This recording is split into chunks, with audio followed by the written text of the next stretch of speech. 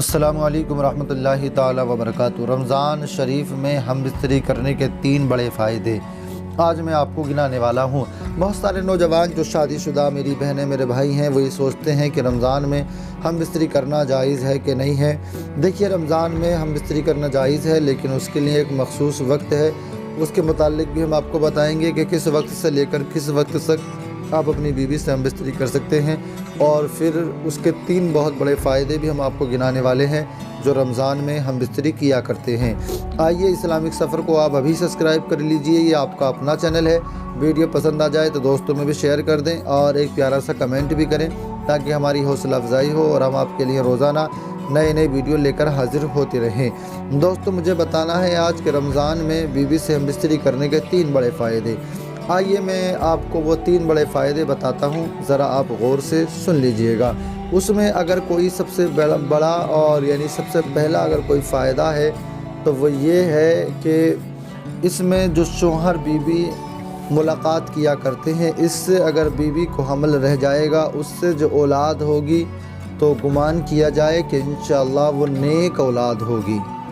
رمضان میں ہم بستری کرنے سے، جماع کرنے سے جو اولاد ہوگی انشاءاللہ تعالی گمان کریں کہ وہ نیک ہوگی۔ رمضان میں ہم بستری کرنے کی یہ تاثیر ہے۔ اور دوسرا بڑا فائدہ یہ ہے کہ رمضان میں جب انسان اپنی بیوی سے ہم بستری کرے گا تو اس کے کمرے میں شیطان داخل نہیں ہوگا، کیونکہ رمضان میں شیطان کو قید کر دیا گیا ہے، جگڑ دیا گیا ہے، اور دنوں میں جب ہم بستری کی جاتی ہے تو شیطان آ کر کے شرارتیں پیدا کرتا ہے، اور اگر شریعت کے خلاف ہم بستری کی جائے تو اس میں شیطان آ جایا کرتا ہے۔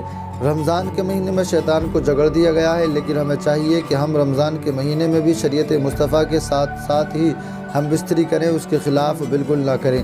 انگریزوں کا طریقہ انگریزوں کو مبارک ہو، ہم آقا کی سنت سمجھ کر شادی کرتے ہیں تو ہم بستری بھی میرے آقا کی سنت ہی ہے، تو اسی لیے ہم بستری آقا کی سنت ہی کے مطابق کی جائے، ہے نا۔ تو آپ نے ان باتوں کا رمضان میں خیال رکھنا ہے۔ ہم بستری کرنے کا دوسرا بہت بڑا فائدہ یہ ہے کہ آپ کے روم میں شیطان داخل نہیں ہوگا۔ پہلا، جو اولاد ہوگی وہ نیک گمان کریں، نیک ہوگی۔ دوسرا، آپ کے روم میں شیطان داخل نہیں ہوگا۔ اور تیسرا بہت بڑا فائدہ یہ ہے، جیسے کہ ہر نیکی کے کام میں رمضان میں اللہ کریم نے اجر بڑھا دیا ہے، ویسے ہی یہ بھی ایک نیکی ہے، اس میں بھی اللہ کریم نے اجر بڑھا دیا ہے۔ اب یہاں پر ہماری نیت کے اوپر ہے، اگر ہم بستری آقا کی سنت سمجھ کر اور اس نیت سے کریں گے کہ رمضان کے مہینے میں ہر نیکی میں اللہ نے نیکیوں کا اضافہ کیا ہے، تو یہ بھی تو ایک نیکی ہے، بیوی سے ہم بستری کرنا، اس کے حقوق ادا کرنا، تو مجھے بھی تو اس میں نیکیاں ملیں گی۔ اگر اس ارادے سے اگر آپ آقا کی سنت کے طریقے سے ہم بستری کریں گے تو آپ کو اور زیادہ ثواب بھی ملے گا۔ یاد رکھیں، نیت کا دار و مدار اعمال کا دار و مدار نیت پر ہوتا ہے۔ اگر آپ کی نیت اچھی ہے تو آپ کو بہت کچھ مل جائے گا، اور اگر آپ کی نیت اچھی نہیں ہے تو پھر آپ کو کچھ ملنے والا نہیں ہے، وہ چاہے رمضان ہو یا رمضان کے علاوہ کوئی اور وقت ہو۔